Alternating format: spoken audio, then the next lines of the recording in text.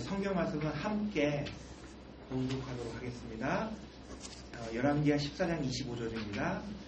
이스라엘 하나님 여호와께서 그 종 가드 헤벨 아미떼의 아들 선지자 요나를 통하여 하신 말씀과 같이 여로보암이 이스라엘 영토를 회복하되 하맛 어귀에서부터 아라바 바다까지 하였으니. 아멘. 오늘 역사서와 함께하는 소선지서, 소선지서에 대해서 준비하셨는데, 그러니까 요나서가 아마 새하늘 선생님으로 준비되어 있습니다. 이 귀한 말씀을 김원주 목사님께서 전해주시겠습니다. 네, 반갑습니다. 우리 박 선생님이 오셨어야 되는데. 박 선생님, 그러니까 본인이 추천을 하셔가지고 이거 하자고 하셔서 시작을 하게 됐는데, 그 성경에서 여러분들이 읽으면서 사실 어렵다 생각되는 부분이 선지서 아닐까요? 선지서를 복음서랄지 이런 부분, 모세오경이랄지 이런 부분은 친숙하게 많이 보지만 선지서에 대해서는 조금 어렵다라는 생각을 가지고 쉽게 접근이 안 됐을 겁니다. 근데 이사야서나 예레미야서, 다니엘서 이런 성경들은 그래도 좀 많이 들을 기회가 있었을 겁니다. 하지만 이 소선지서라고 하는 이 12권의 책에 대해서는 안 읽은 성경도 있을 겁니다. 혹시 오바댜서 들어보셨죠? 오바댜서에 무슨 내용이 있을까요? 오바댜서. 스가랴서 들어보셨을 텐데 스가랴는 무슨 말을 했을까요? 그리고 그 12선지서를 왜 소선지서로 했을까요? 그 키가 작아서? 대선지서는 키가 커서? 덩치가 커서? 분량으로 나눈 거죠. 그래서 분량이 이사야서나 예레미야, 에스겔서 이런 거는 길어요. 그래서 대선지서 이렇게 부르는 거고, 짧게 뭐 3장 내지는 한 장 되는 성경도 있어요. 그런 성경들 묶어서 소선지서 이렇게 해놨습니다. 선지자들은 언제 나타날까요? 평화로울 때 나타날까요? 아니면 굉장히 하나님께 반역할 때 나타날까요? 그죠? 하나님께 거부하고 반역할 때 나타나서 교정해주기 위해서 외치는 사람들이 선지자입니다. 그러니까 굉장히 하나님께 잘 살아가면 선지자가 필요 없는 거죠. 말씀대로 살아가면 선지자가 필요 없는 거죠. 근데 이대로 살지 않으니까. 그래서 여기 구약의 상관관계라는 거를 제가 여기 넣어놨는데요. 구약은 옛 언약이라고도 하고 옛 언약, 옛 약속 이렇게 하는데, 구약은 레위기의 그 핵심이 다 들어가 있어요. 구약의 약속이, 하나님의 언약이.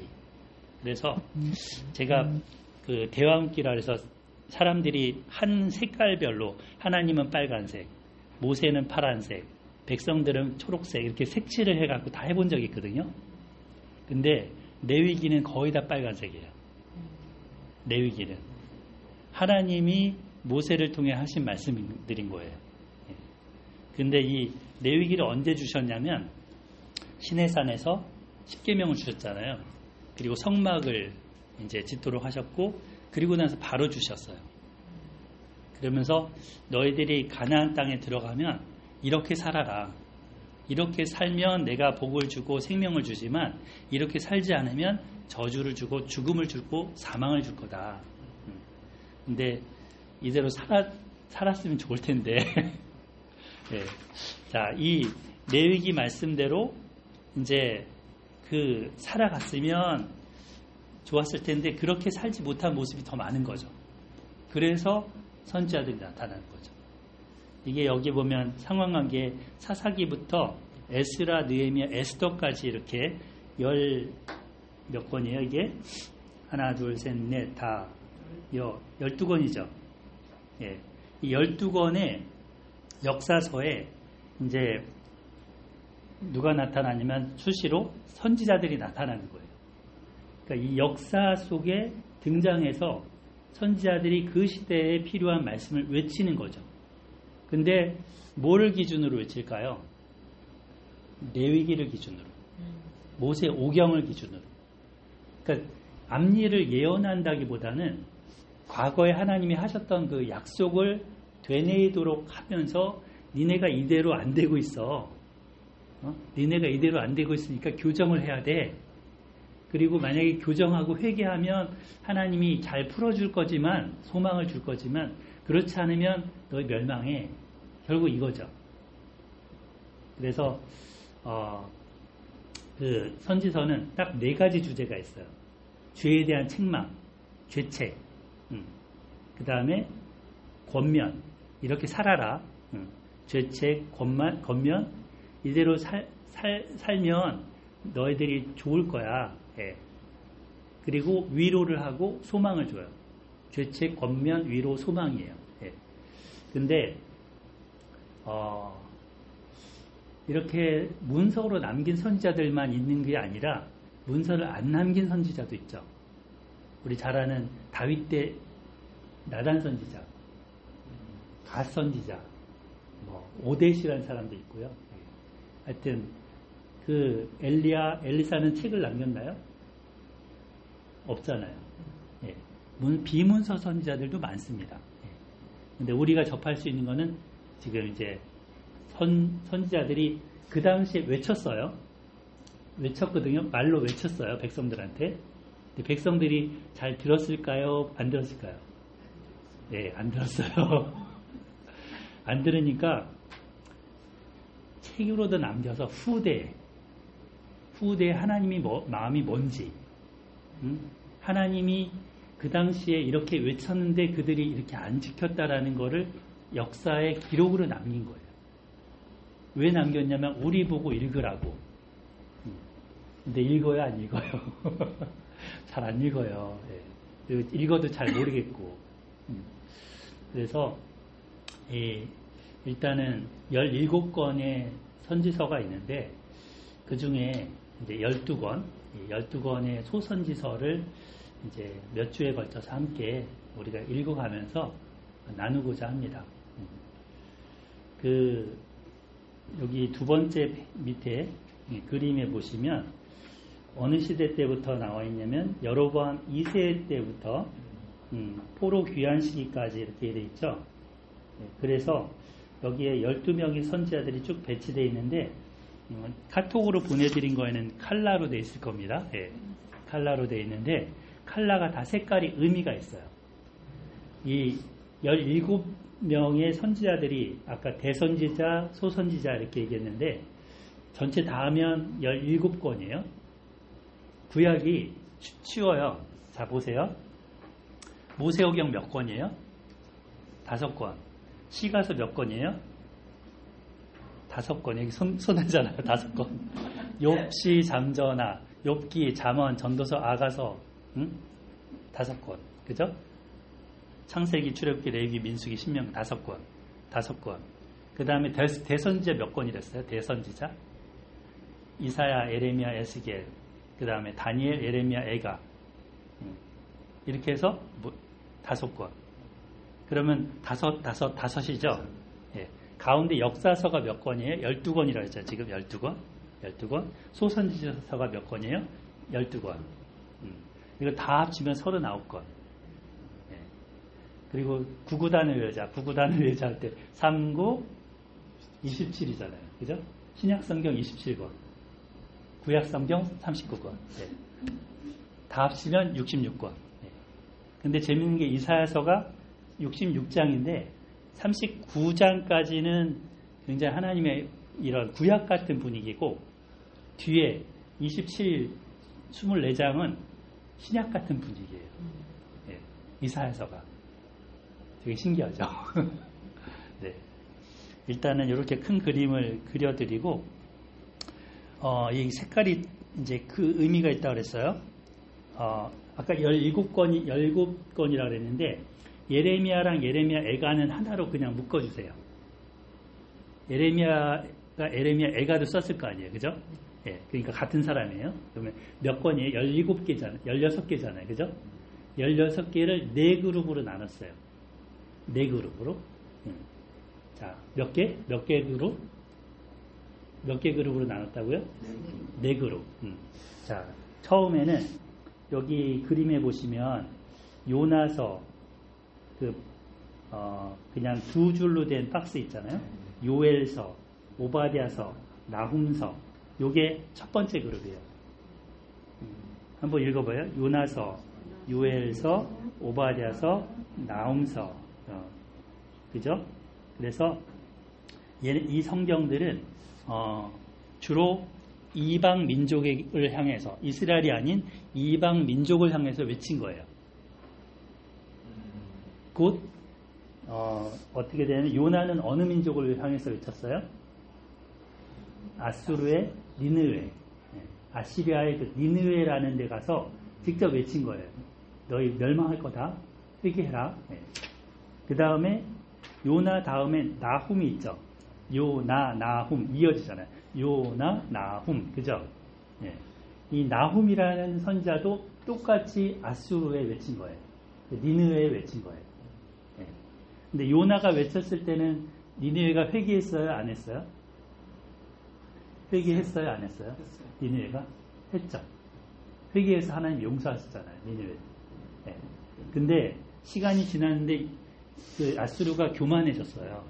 엄청 교만해져서 하나님이 나훔 선지자를 통해서 너희 땅에다가 완전히 묻어버릴 거야. 니네가 있었다는 존재도 모르게 할 거야. 이렇게 된 거예요. 그래서 1900년대까지는 이 아시리아가 있었다는 것이 신화다라고 생각했어요. 사람들이. 왜냐하면 흔적이 사막 모래 속에 다 들어가 있었거든요. 근데 레이아드라는 사람이 영국의 고고학자가 발굴을 해낸 거예요. 아, 진짜 아시리아가 있었네. 니느웨가 있었네. 이렇게 된 거예요. 얼마나 깊게 묻어놨으면. 그래서 이 요나, 나훔 어디에 외친 거라고요? 아시리아의 니느웨. 니느웨. 그러면 오바댜는 누구한테 외친 걸까요? 오바댜는 그 에돔이라는, 그러니까 이스라엘하고 야곱하고 형제가 에서가 있잖아요. 에서의 후손이 에돔이에요. 그 에돔이라는 민족은 어디 사냐면 지금 저기 성지순례 가면 페트라라는 장소를 성지순례를 가는 게 있어요. 저기 요르단에서 한참 왕의대로 킹스 하이웨이를 따라서 저기 사막길을 한참 달려서 가면 완전히 돌산으로 돼 있는, 돌로만 되어 있는 지역이 있어요. 거기 얘네들이 살았어요. 뭐 먹고 살았을까요? 돌만 있는데 도둑질. 지나가는 상인들을 잡아서 뺏어 먹으면서 살았어요. 네. 근데 얘네들이 바벨론이 이스라엘을 침공해 왔을 때 어떻게 했냐면 이스라엘을 정말 막 그 공격하고 하는 그 이스라엘 백성들이 여기 숨었어야 알려주고 저기 숨었어야 알려주고 이러면서 잡아가라고 이렇게 부추긴 거예요. 근데 에돔과 에서가 형제였잖아요. 형제지간이면 어떻게 해야 돼요? 도와주고 위해줘야 되는데 오히려 그래서 하나님이 그 도덕적인 문제로 니네들 내가 완전히 멸망시킬 거야. 에돔 너는 멸망할 거야. 했던 게 요 오바댜서인 거예요. 오바댜서. 언제까지 근데 에돔이 있냐면 우리 잘 아는 예수님 죽이려고 했던 사람이 누구죠? 예수님 태어났을 때 헤롯이 에돔 출신이에요. 에돔 출신의 왕이에요. 근데 로마에 의해서 나중에는 에돔이 없어지죠. 그래서 그럼 요엘은 뭐냐? 요엘은 그 나중에 읽게 되겠지만 그 성경의 메뚜기 재앙이라는 것을 아주 적나라하게 나타낸 성경이 이 요엘서예요. 요즘도 기후변화로 인해서 막 곤충들 때로 막 공격하는 거 혹시 뉴스로 보시죠? 예. 근데 이 메뚜기가 황충이라고 해서 크게 바뀌는 게 있는데 그냥 메뚜기가요 엄청나게 대량 모이게 되면 얘 크기가 점점 커지고 색깔이 누래져요. 노랗게 돼요. 그거를 황충이라고 그래요. 걔네들은 완전 공격성이 돼서 막 때려다니면서 모든 농작물들을 다 먹어요. 그런데 이스라엘에 그런 재앙이 있었던 거예요. 그 재앙이 있고 나서 먹을 게 아무것도 없잖아요. 예, 이 요엘을 하나님 보내서 말씀하게 한 거예요. 그럼 이 네 권이 정리가 되죠. 우리 요나서, 나훔서, 오바댜서, 요엘서, 그죠? 하나로 한 권으로 생각하시면 돼요. 한 권. 그 다음 두 번째 권은 뭐냐면 이사야, 미가, 그 다음에 호세아, 아모스입니다. 위쪽에 북이스라엘 쪽에는 아모스, 호세아가 있고 밑에 쪽에는 이사야, 미가가 있죠. 보이시나요? 예. 이 사람들이 동시대 사람들입니다. 같은 시대. 그러니까 북쪽은 아수르에 멸망할 때 시대인 거고요. 남쪽은 히스기야 왕이 다스릴 때인 거예요. 남쪽도 아수르에 멸망할 뻔했죠. 멸망할 뻔했는데 이사야가 이제 외치기도 했고 히스기야가 회개하기도 했고, 예, 여러모로 그러면서 그 아수르의 사네립이라는 군대에 의해서 건짐을 받습니다. 네. 17만 5천 명이 한꺼번에 때려 죽기도 하고 그 아수르 군대가 하여튼 그 동시대 사람인 거예요. 이 네 명은 호열, 호세아, 아모스, 이사야, 미가, 예, 같은 시대. 거기 연대기도 거의 비슷하죠. 이 사람들이 어느 시대부터 어느 시대까지 활동하냐면 우시야, 요담, 아하스, 히스기야까지 네 명의 왕들 시대에 활동합니다. 그래서 이 성경들을 보면 우리 성경책 한번 갖고 오신 분들 한번 볼까요? 호세아서를 한번 펼쳐보겠습니다. 호세아.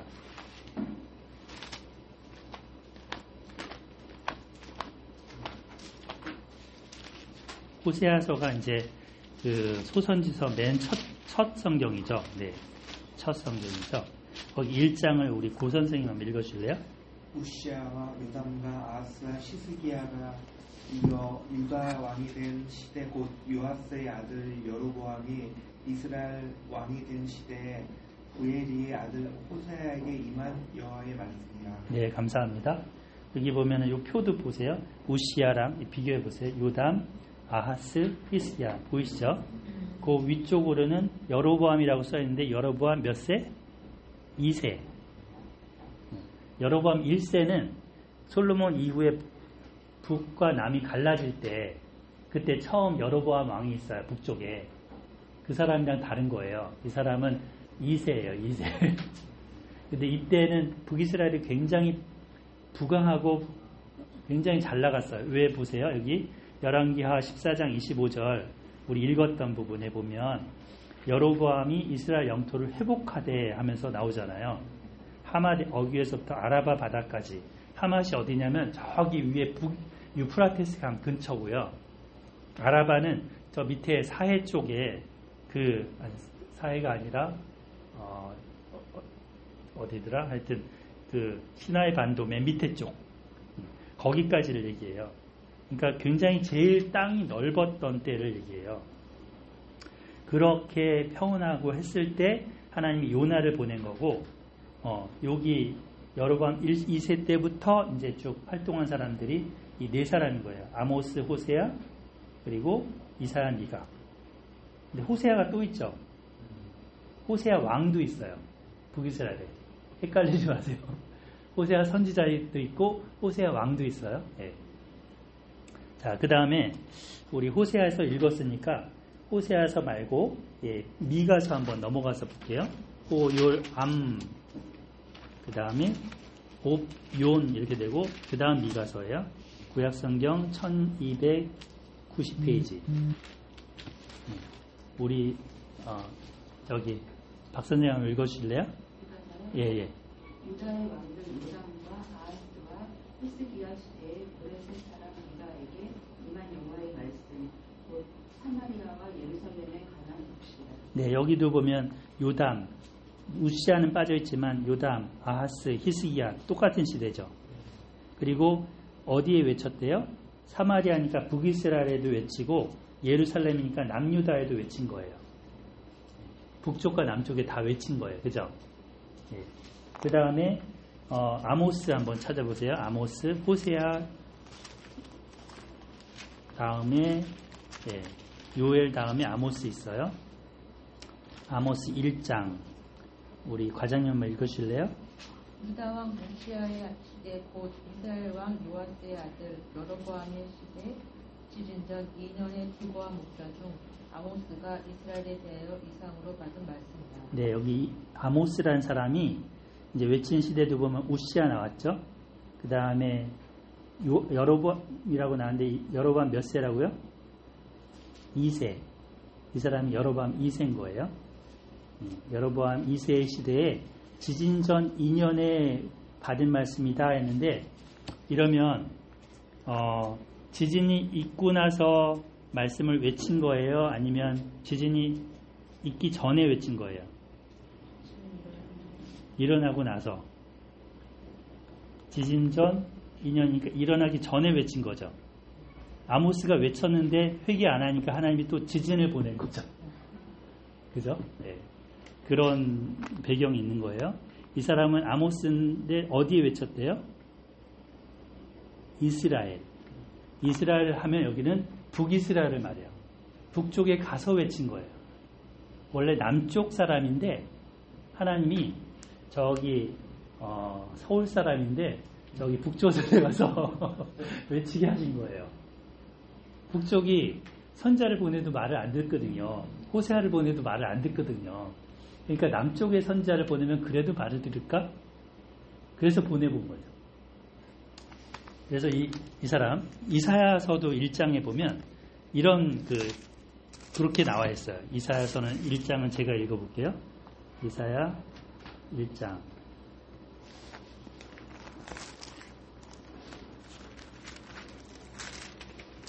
유다 왕 우시아와 요담과 아하스와 히스기야 시대에 아모스의 아들 이사야가 유다와 예루살렘에 관하여 본 계시라. 동일하죠. 이것도 시대가 4명 다 왕 나오고 근데 이 사람은 남유다에 대해서만 외친 거죠. 이렇게 해서 같은 시대 사람 호세아, 아모스, 이사야, 미가 기억되죠? 다시 한번 읽어보세요. 호세아, 아모스, 이사야, 미가 같이 따라해보세요. 호세아, 아모스, 이사야, 미가 같은 시대 사람. 그러면 이제 네 사람이 이제 정리됐어요. 그 다음 뒷사람들 볼게요. 뒤에 사람들은 좀 진한 색깔로 되어 있는 사람들이 있는데 누구냐면 예레미야, 베스겔, 하박국, 그 밑에 스바냐 이렇게 있죠. 스바냐 잘 안 보이는데 그죠? 그 예레미야랑 에스겔, 하박국, 스바냐 이 사람들은 어느 시대냐면 북이스라엘이 이미 멸망했어요. 멸망했고 남유다가 지금 이제 계속해서 말을 안 들으니까 바벨론이라는 강대국을 일으켜서 치시는 거예요. 이때 외친 사람이 여러 사람이 있는데 특히 유명한 사람이 예레미야죠. 예레미야는 한 50년 정도 외쳤어요. 그 다음에 에스겔은 아예 포로로 끌려갔죠. 그래서 포로로 끌려가서 거기서 외칩니다. 바벨론 강변에 거기서 부름받고 예루살렘 멸망하기 직전부터 이제 말씀을 들으면서 그 포로된 끌려간 1차 포로로 끌려간 사람들한테 외치는 거예요. 그 다음에 스바냐, 하박국 이 사람들은 이제 스바냐는 하나님은 진멸하시고 멸절하시고 하니까 너희 모여서 회개하라 이런 얘기를 막 외치거든요. 근데 모였을까요? 회개했을까요? 안 했어요. 하박국이라는 사람은 하나님께 대들어요. 아니 선지자가 어떻게 하나님께 대들어? 하나님 부당합니다. 저 악인 바벨론이 우리 의인 유다를 남유다를 공격합니다. 하나님이 계시다면 이거를 눈뜨고 어떻게 그냥 보십니까? 이러는 거예요. 하나님 뭐라고 대답하는지 내가 한번 기다려보리라 뭐 이러면서. 근데 하나님 뭐라고 하냐면 니네가 의인이라고? 의인이면 그들이 성실함으로 신실함으로 살면 구원을 얻을 거야. 거기서 의인은 곧 믿음으로 말미암아 살리라. 그게 거기서 나온 구문이에요. 로마서 1장 17절 말씀이. 근데 하박국이 들어보니까 자기도 의인의 축에 못 드는 거예요. 그래서 이 사람이 슬픔의 노래를 지어요. 무화과 나무 잎이 마르고 포도나무에 과일이 없고 소출이 없어도 나는 여호와 하나님으로 인하여서 기뻐하리라. 이 노래 있잖아요. 무화과 나무 잎이 마르고, 그죠? 신나게 부르죠? 사실은 애가예요. 마음을 가슴을 치면서 마음을 찢으면서 부른 노래예요. 그래도 멸망한 거죠. 그죠? 이 네 사람 다시 한번 예레미야, 에스겔, 스바냐, 하박국. 예. 딱 잡히시죠? 이제 4명 이제 했어요. 마지막 몇 명 남았어요? 4명 남았어요. 그죠? 예. 이 4명은 맨 뒤에 학계, 스가랴, 말라기가 있고 다니엘 있죠. 예. 이 사람들은 특별히 다니엘은 이제 포로 귀환에 대한 예언을 했고, 그리고 학계, 스가랴는 포로 귀환해서 그 당시에 성전을 다시 무너졌던 성전을 다시 재건하는데, 그 재건하다가 방해를 맞아서 중단했거든요. 이스라엘 백성들이 예루살렘에 와서 포로 귀환해서 막 짓는데 여러 방해가 있으니까 중단하고 자기 집 짓기에 바빴어요.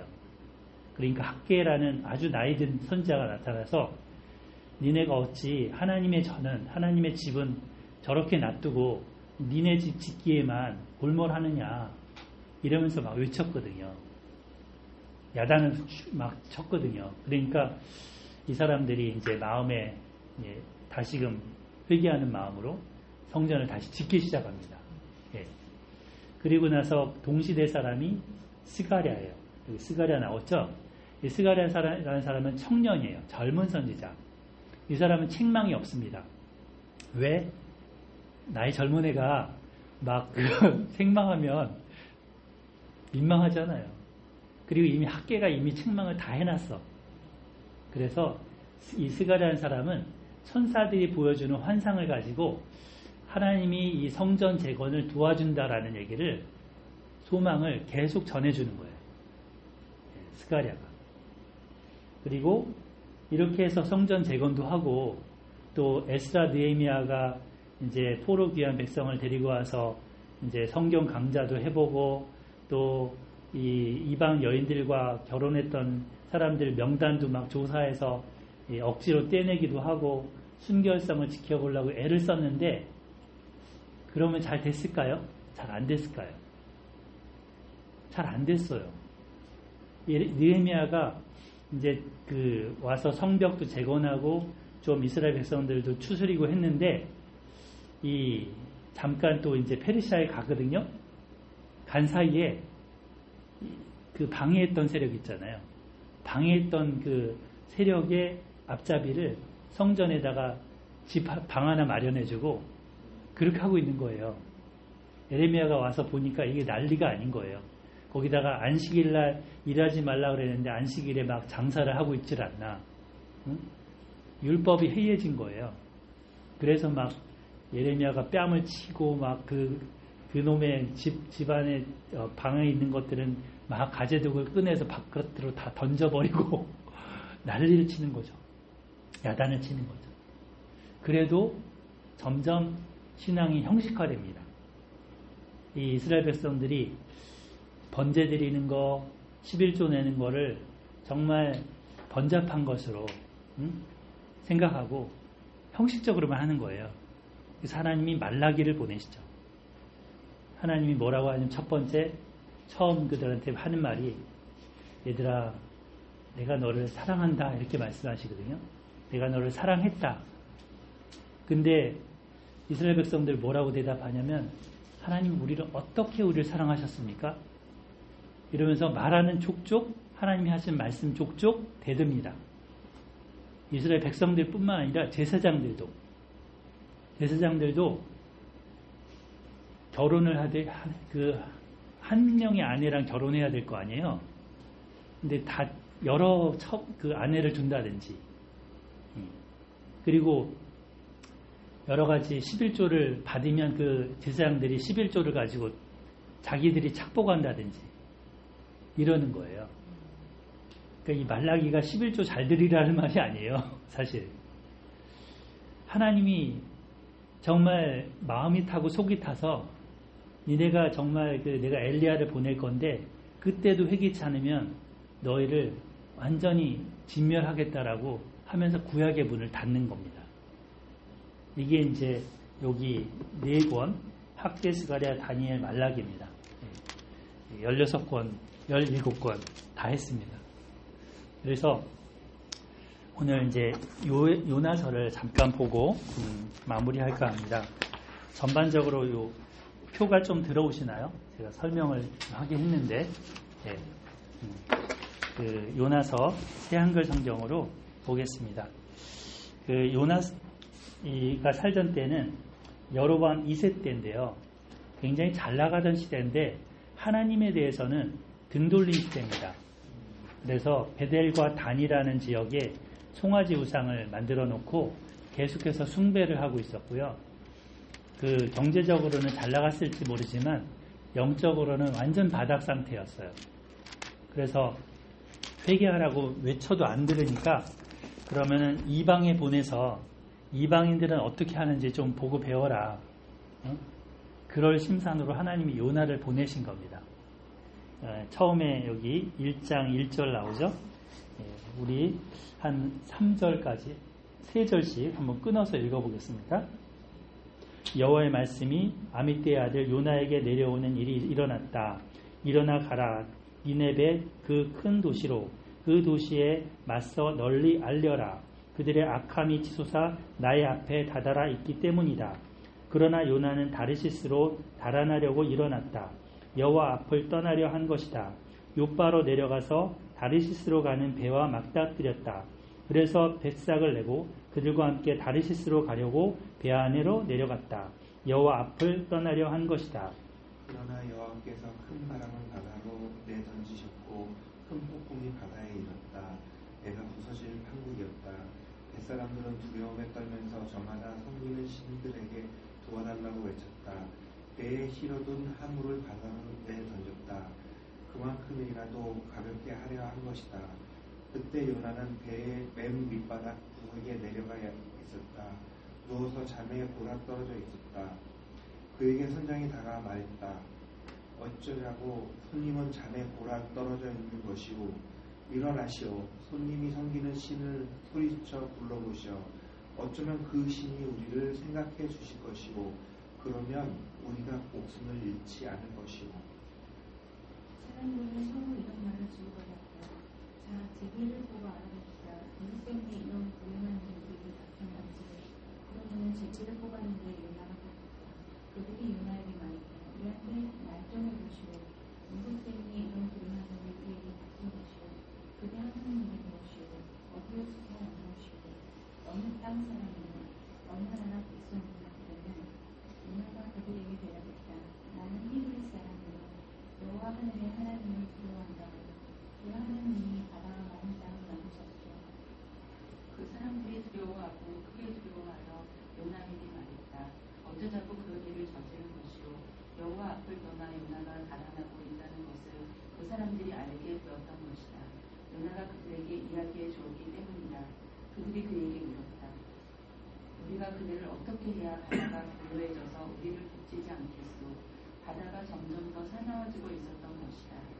그가 그들에게 대답했다. 나를 들어 올려 바다에 내던지시오.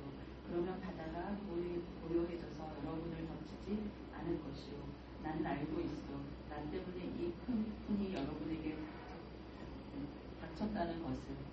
사람들은 노를 저어 뚫고 나가려고 했다. 방향을 돌려 마른 땅으로 가려 했던 것이다. 그렇지만 그렇게 할 수가 없었다.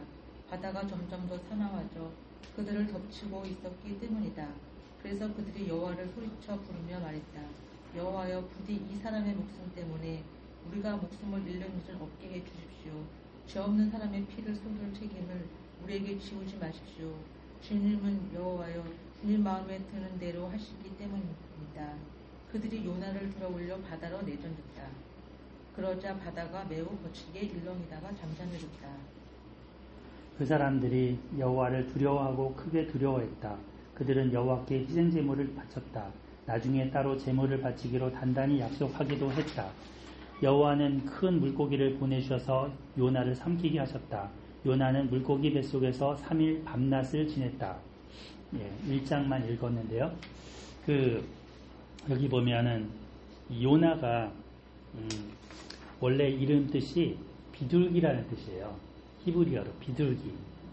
근데 이 비둘기 방향을 잃은 비둘기. 비둘기는 사실 방향 감각이 뛰어나거든요. 저기 대전에다가 서울에 있는 비둘기를 갖다 풀어놓으면 며칠 만에 서울에 와 있대요. 그 정도로 방향 감각이 뛰어나답니다. 그리고 2차 세계대전 때도 뭔가 이렇게 교신하기 위한 장비들을 배에다가 이렇게 달게 하고 날려보내면 그거를 이제 하고 오는 거예요.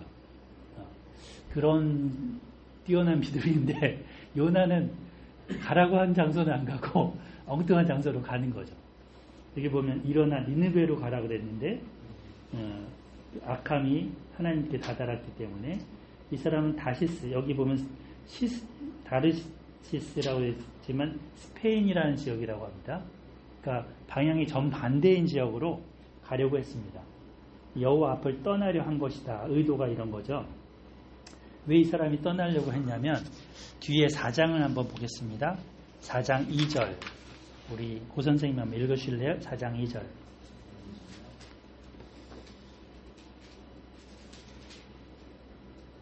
요나가 여호와께 기도하여 말씀드렸다. 아 여호와여, 고국 땅에 있을 때 내가 한 말이 바로 이것 아닙니까?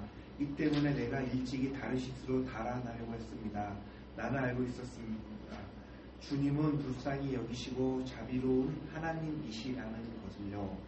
오래 참으시고 한결같은 사랑이 넉넉하셔서 재난 내릴 뜻을 거두어드리기도 하신다는 것을요. 예, 우리는 이 주님은 불쌍히 여기시고 자비로운 하나님, 이거는 굉장히 감사하는 마음으로 얘기하는 거 아니에요? 응? 오래 참으시고 한결같은 사랑이 넉넉하시다. 굉장히 감사한 하나님의 성품이잖아요. 근데 요나는 이걸 화를 내면서 하는 거예요. 아니, 하나님이 이런 분이라는 걸 내가 알고 있어서 이 니느웨에 와서 외치면 하나님이 니느웨를 용서할 거라고 나는 생각해서 안 오려고 한 거라고. 응? 하나님이 지금 니느웨에 내가 40일 동안 40일이면 멸망한다고, 40일 후면 멸망한다고 했는데 내가 한 말 지금 도루묵이 되게 하지 않았냐. 저 사람들 지금 회개하고 뉘우침으로 인해서 내가 말한 거 다 엉터리 거짓 사기꾼 내가 되게 생겼지 않냐. 저 민족은 멸망해야 될 민족인데 이러면서 막 화를 내는 거죠. 이런 의도로 지금 1장에 보면 다시스로 도망갔다는 거죠. 근데 하나님이 여기 보면 1장 4절에 큰 바람을 일으키십니다. 큰 폭풍을 일으키십니다. 그죠? 큰이라는 말이 계속 반복돼요. 큰 물고기, 이것도 큰이고. 그래서 이제 계속 하나님이 내리시는데 이 요나와는 달리 벳사람들은 어떻게 합니까? 처음에는 자기네들의 신들을 향해서 이렇게 외쳤죠. 5절에 보면 저마다 섬기는 신들한테 도와달라고 외쳤죠. 그리고 6절에도 보면 손님이 섬기는 신한테 외쳐보라고 하고, 또 그 뒤에 보면 이제 이 어떤 그 신이, 그러니까 일종의 이런 여러 곳에 이제 자기들도 섬기는 신도 있고 있는데 그런 각자의 신들을 다 인정하던 사람들이에요. 곧 우상도 인정하던 사람들이에요. 근데 요나 때문에 참 하나님을 발견하게 된 거죠. 그래서 뒤에 보면 이들이 하는 말을 보면 14절에 여호와여라고 해서 여호와 하나님에 대한 신앙으로 돌아오게 돼요. 그죠? 그리고 생명을 존중히 여기는 마음으로 요나를 살려보고자 애썼지만 그래도 파도가 거치지 않으니까 결국은 이제 16절에 보면 여호와께 희생제물을 바치면서 요나를 이제 던진 거죠. 물에 던지고 그렇게 희생제물을 바치는 거죠. 이들처럼 니느웨 백성들도 마찬가지입니다. 여기 보면은 3장에 보면 3장에 이 3장 3절 여기 보면은 다 걸으려면 며칠 걸린대요? 3일 걸리는 길을 4절에 보면 하룻길을 걸으면서 40일이 더 지나면 니느웨가 뒤엎어진다 이렇게 외쳤습니다. 이 말을 듣고는 이 니느웨 사람들이 왕부터 시작해서 짐승까지 다 잿더미 위에서 회개하고 금식하고 또 회개를 선포하고 이런 일을 하는 거예요. 그래서 10절에 보면 하나님이 그거를 보시고 나서는 뜻을 거두셨다라고 하죠.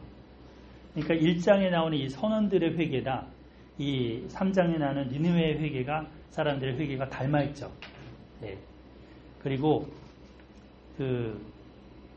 반면에 요나는 계속해서 거부하고 반항하고 이렇게 나갑니다. 근데 나중에 이제 4장에 보면 내가 그냥 차라리 죽는 게 낫다고 막 그런 식으로 4장 8절에도 나오고 또 여기 보면 3절에도 나오는데 내 목숨을 거두십시오. 차라리 내가 죽는 게 낫겠습니다. 막 이렇게 하면서 9절에도 보면 화가 나서 죽을 지경입니다. 막 이렇게 화를 내는데 10절에 같이 읽어보겠습니다. 10절 11절 예. 시작. 여호와께서 말씀하셨다. 너는 아주까리를 두고 아쉬워했다. 그 아주까리는 내가 공들이지도 않았고 기르지도 않았다. 밤사이에 생겼다가 밤사이에 죽었다. 그러면 니느웨 그 두 큰 도시를 두고 내가 아쉬워하지 않겠느냐? 그 안에는 오른쪽과 왼쪽을 구별하지 못하는 사람이 많이 있어서 12만 명이 넘는다. 짐승도 많이 있단다. 네. 이렇게 하고 끝내요. 요나 할 말 없음. 그래서 요나서는 반성문입니다.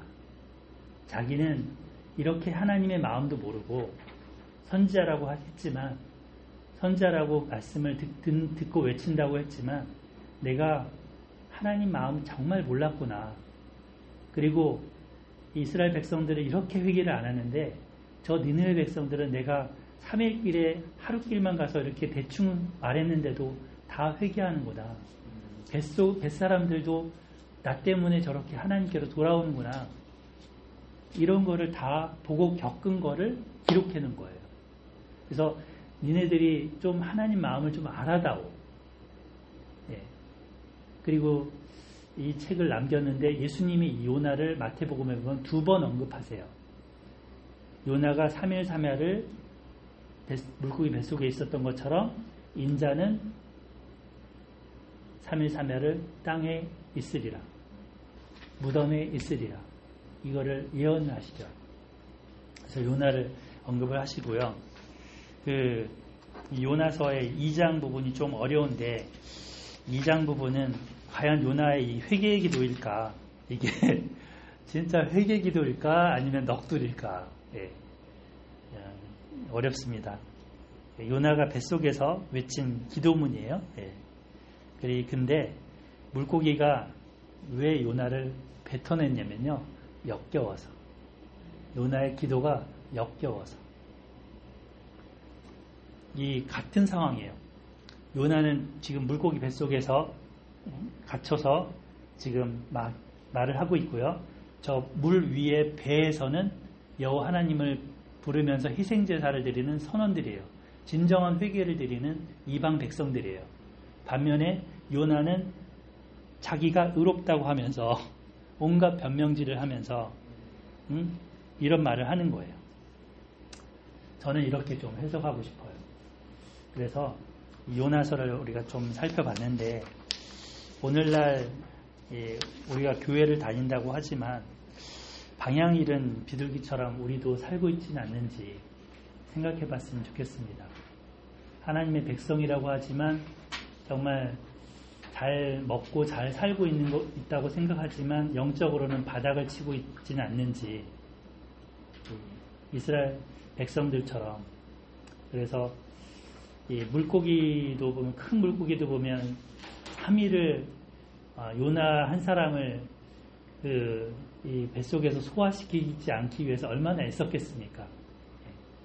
물고기도 하나님 말씀에 이렇게 순종하고 또 4장에 보면은 벌레도 하나님 말씀에 순종하고 이 아주까리도 하나님 말씀에 순종하는데 사람만 순종을 안 하는 겁니다.